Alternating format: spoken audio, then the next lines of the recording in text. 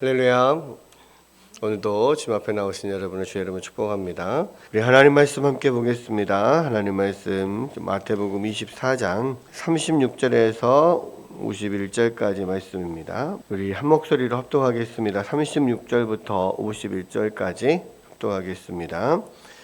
그러나 그날과 그때는 아무도 모르나니 하늘의 천사들도 아들도 모르고 오직 아버지만 아시느니라. 노아의 때와 같이 인자의 임함도 그리하리라. 홍수전에 노아가 방주에 들어가던 날까지 사람들이 먹고 마시고 장가들고 시집가고 있으면서 홍수가 나서 그들을 다 멸하기까지 깨닫지 못하였으니 인자의 임함도 이와 같으리라.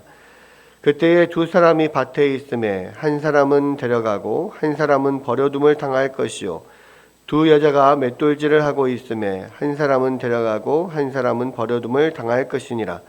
그러므로 깨어 있으라. 어느 날에 너희 주가 임할는지 너희가 알지 못함이니라. 너희도 아는 바니 만일 집주인이 도둑이 어느 시각에 올 줄 알았더라면 깨어 있어 그 집을 뚫지 못하게 하였으리라. 이러므로 너희도 준비하고 있으라. 생각하지 않은 때에 인자가 오리라. 충성되고 지혜 있는 종이 되어 주인에게 그 집 사람들을 맡아 때를 따라 양식을 나눠줄 자가 누구냐? 주인이 올 때에 그 종이 이렇게 하는 것을 보면 그 종이 복이 있으리로다. 내가 진실로 너희에게 이르노니 주인이 그의 모든 소유를 그에게 맡기리라.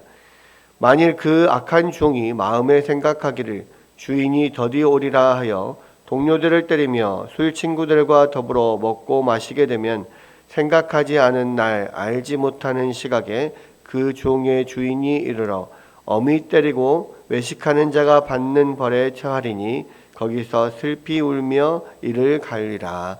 아멘. 예, 오늘은 이제 24장 마지막 부분인데요. 계속해서 예수님께서 이제 종말의 때에 관련돼서 여러 가지 이제 말씀을 하시는데, 오늘의 이 또 말씀의 이제 핵심은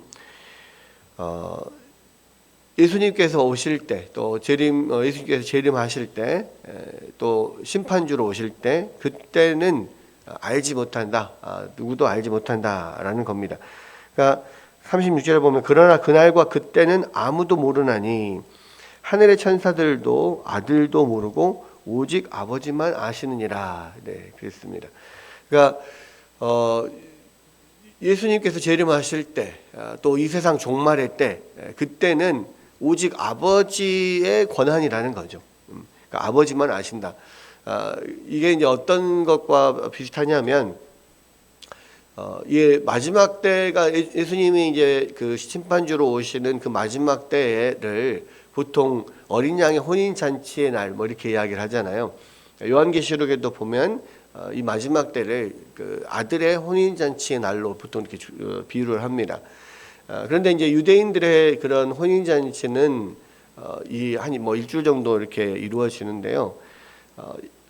우리나라하고는 어떤 좀 결혼 풍습이 좀 다르죠. 그래서 먼저 이 양가의 부모들이 서로 이렇게 자녀들을 결혼시키기로 약혼을 합니다. 그럼 약혼을 하게 되면 약속을 하면 그게 이제 정혼을 한다고 하거든요. 결혼하기로 정하는 거예요. 그래서 이제 결혼하기로 정해지면 보통 이제 그 정혼을 하고 나서 이 신랑 될 사람이 자기 집으로 돌아가서 자기 집에다가 신혼집을 이렇게 만들어요. 신혼집을 이렇게 만드는데 그 집을 만드는 것을 감독하는 사람이 이 아버지죠. 신랑의 아버지. 그래서 이제 아버지가 이 집이 이제 잘 지어지는 것을 감독하고 이렇게 이 정도면 됐다라고 하면 아버지의 이제 결정이 나면 그 다음에 신부의 집에 가서 신부를 데리고 오는 거예요.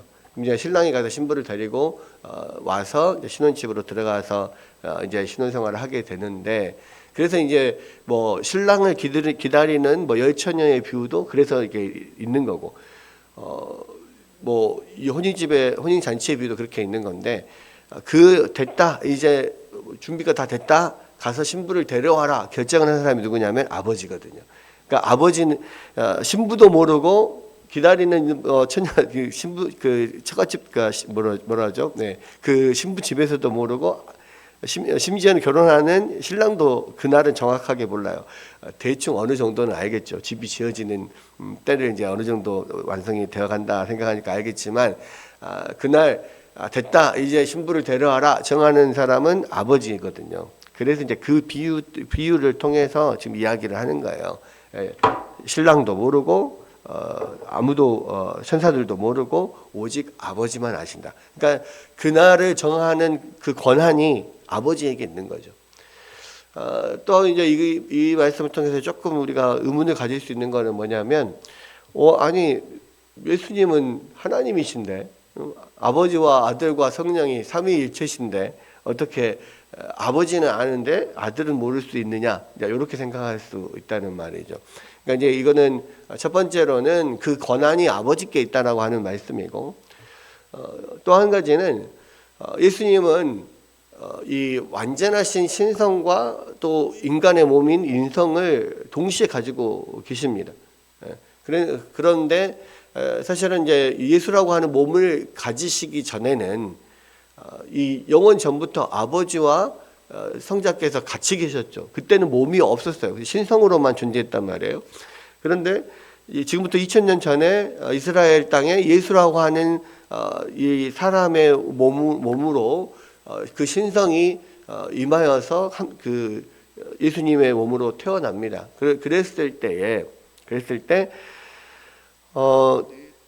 예수님께서 성육신을 하셔서 이 땅에 살아가시면서 이 땅에서 우리의 모든 죄를 지시고 십자가를 죽으시고 또 우리의 우리를 모두를 대신해서 아버지께 온전히 순종하심으로 완전하신 의를 만드시는 그 일을 위하여서 완전한 인간으로 이 땅에 오셔야 됐단 말이에요. 그 모든 그 성육신 하셔서 돌아가시기까지의 예수님의 이 땅에서 하시는 일은 100% 인간으로서만 일을 하셔야 되는 거예요. 그래서 실제로 신성을 가지고 계신 분이시지만 이 성육신하여 이 땅에 태어나셨을 때는 그 신성을 스스로 제한하십니다. 그래서 온전히 인성으로만 이 땅에서 사역을 하시는 거예요. 그래야만 그 실제로 인간을 대신한 그 모든 일이 이루어지는 거죠. 그러니까 적어도 우리를 대신하여 제물이 되시기 위해서는 인간이셔야 하고요. 우리를 대신하여 의를 완전하게 이루시는 것도 완전한 인간으로서 하셔야 되는 겁니다. 그래서 거기에는 신성이 전혀 개입하면 안 되거든요. 그러면 예수님께서 성육신을 하셔서 이제 그 공생애 3년 동안 사실 때 많은 기적을 일으키시고 했던 거는 그럼 도대체 뭐냐라고 했을 때 그것은 예수님의 신성의 발현이 아니라 성령께서 역사하시는 거죠. 그러니까 예수님이 그 공생애를 시작하시면서 세례 요한으로부터 세례를 받을 때 성령이 비둘기 같이 그에게 임했다 그랬잖아요. 그리고 사도행전에서도 뭐 스데반의 설교라든지 그런 바울의 설교나 이런 것들이 또 베드로의 설교나 이런 것들을 이렇게 보면 이 예수라고 하는 사람이 성령이 물붓듯 부어졌다 이렇게 이야기하거든요. 그래서 그러한 여러 가지 기적들은 성령의 능력으로 하신 거예요. 그러니까 예수님이 늘 기도하셨고 또 그런 성령의 능력으로 성령의 도우심으로 그런 모든 일들을 하신 거죠. 그렇지 않다면 만약에 신성으로 그 일을 하셨다라고 하면 이미 그 신성이 드러나는 발현되는 그 순간 예수님이 이 땅에 오시는 목적이 다 끝나버리는 거예요. 온전히 인간으로서 우리를 대신하여서 의를 이루고 죄값을 치르셔야 되는데 만약에 거기에 조금이라도 신성이 개입했다 그러면 그 실패인 거죠. 미션이 끝나는 겁니다. 그런 면에서 여기서도 실제로 신성을 제한해 두셨기 때문에 인간인 예수님으로서는 그 날을 알지 못해요. 그러니까 하나님께서 그것을 알려주시기 전까지는 알지 못합니다. 그러니까 이제 그렇게 말씀하시는 면도 있고 두 가지 면들을 다 우리가 볼 수가 있습니다. 어쨌거나 중요한 것은 마지막 때 예수님 오실 그날 혼인잔치가 이루어질 그날 심판이 이루어질 그날은 오직 아버지의 권한이고 아버지만 아신다라는 겁니다. 그러니까 누구든지 이 땅에서 뭐 언제 종말이 이루어진다, 언제 예수님이 재림하신다, 정확한 시와 때를 이야기하는 사람은 다 거짓인 거죠. 네. 그래서 이제 시한부 종말론은 무조건 100% 거짓입니다. 그런 면이 있고요. 일단은 마지막 때는 정확하게 어느 날 어느 때 올지는 모른다. 두 번째는 뭐냐면 노아의 때와 같이 인자의 임함도 그러하리라. 그러면서 이제 뭐 홍수 전에 노아가 방주에 들어가는 날까지 사람들이 먹고 마시고 장가들고 시집가고 하고 있으면서 실제로 홍수가 나서 그들이 다 멸하기까지도 깨닫지 못하였다. 그랬잖아요. 그러면서 이제 맨 마지막 결론은 뭐냐면 그러므로 깨어 있으라 어느 날에 너희 주가 임할는지 너희가 알지 못함이라. 그래서 뒤에도 보면은 계속 똑같은 이야기인데요. 뒤에도 뭐라고 되어 있냐면 마지막 50절에 생각하지 않은 날 알지 못하는 시각에 그 종의 주인이 이르를 것이다. 그러니까 가장 정확한 것은 예수님이 언제 오시냐, 종말의 때가 언제냐, 그것은 생각하지 않은 날 알지 못하는 시각. 이것이 가장 정확한 겁니다. 그러니까 우리가 일단은 그때를 알지 못하기 때문에 우리가 최선을 다해서 늘 깨어 있어야 된다는 거죠. 42절에도 보면 그러므로 깨어 있으라 어느 날에 너희 주가 임할는지 너희가 알지 못함이라. 그래서 도둑같이 임하신다. 도둑이 언제 올지 전혀 알지 못하는 것처럼 우리가 알지 못하는 그때에 생각하지 못한 그 시각에 오실 것이다. 그러니까 언제 올지 오실지 알지 못하기 때문에 우리가 늘 예수님을 기다리고 깨어 있고 그 예수님 오실 때를 늘 준비해야 된다는 거예요. 이제 그런 것이 이제 이 청지기 마지막에 나오는 청지기의 비유가 이제 그런 거죠. 주인이 언제 올지 알지 못하기 때문에 항상 맡은 일을 언제든지 성실하게 계속 하고 있어야 된다는 거예요.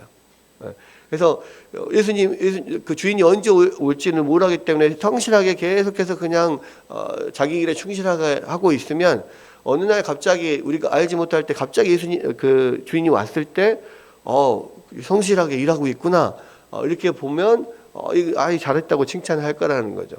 근데 이제 어떤 악한 종은 약간 꾀가 있는 종이라고 해야 됩니까? 될 것 같은데 꾀가 생겨가지고 나름 언제쯤 주인이 올 거라고 파악을 하는 거죠. 나름대로 계산을 해요.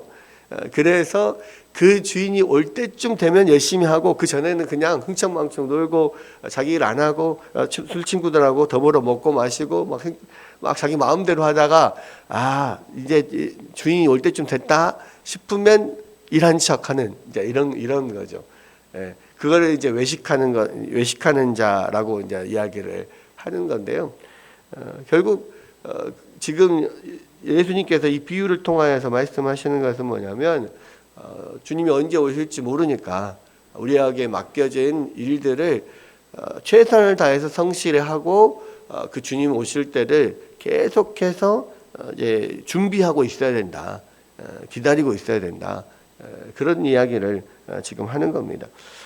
여기서도 보면은요, 이 두 사람이 밭을 메고 있을 때 한 사람은 데려감을 당하고 한 사람은 버려둠을 당할 것이고 두 여자가 맷돌질을 하고 있을 때도 한 사람은 버려둠을 당하고 한 사람은 데려감을 당할 거다 이렇게 이야기하는 거.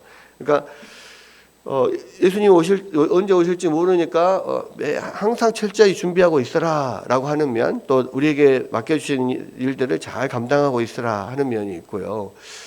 또 한 가지는 이게 예수님이 오실 때, 그러니까 보통 재림을 하신다고 하면 그 재림을 준비한다고 모든 일을 다 그만두고 모여서 그냥 무조건 기도하고 준비하고 막 이렇게 이렇게 있지 말라는 거죠.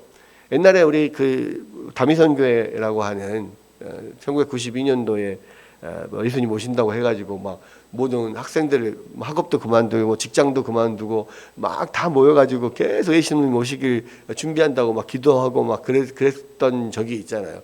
그때가 언제냐면 제가 고3 때였습니다. 제가 고3 때. 그러니까 그래가지고 뭐 애들이 그때 10월이니까 그때 학력고사 이제 준비 보기 얼마 전이었거든요. 그 애들이 야 10월이면 종말 온대. 공부할 필요 없어. 막 이렇게 하면서 막 그랬던 적이 뭐 있었어요. 그리고 실제로 이제 뭐 다 막 그거를 믿고 다른 사람들은 다 직장도 학교도 그만두고 막 한 곳에 모여서 기도하고 막 그랬는데 결국은 뭐 실패했잖아요. 그 예언이 실패했잖아요. 실패할 수밖에 없는 예언이죠. 예수님께서 분명히 말씀을 하셨는데. 근데 이제 그런 이야기예요. 예수님 오신다고 뭐 해놓고 그날을 준비하기 위해서 모든 걸 다 버려두고 그렇게 하지 말라는 거죠.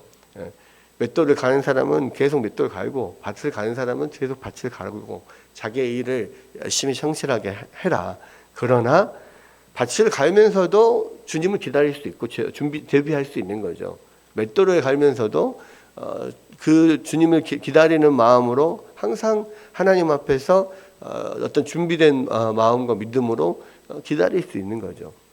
그렇게 기다릴 때 어느 순간 알지 못하는 때에 예수님 오시면 맷돌 갈다가도 예수님께로 갈 수가 있고 또 우리가 뭐 휴거 뭐 이야기도 많이 하는데 사실은 이제 휴거라고 하는 그런 거는 성경에 그런 성경적인 뒷받침은 없습니다만은 자 이런 것들을 두고 이제 그렇게 이제 이야기를 한 건데 여기서 하는 이야기는 그런 거예요. 그러니까 우리에게 맡겨진 일을 성실하게 잘 하면서 어떤 일을 하더라도 늘 주님이 오실 그날을 늘 인식하고 있으라는 거죠.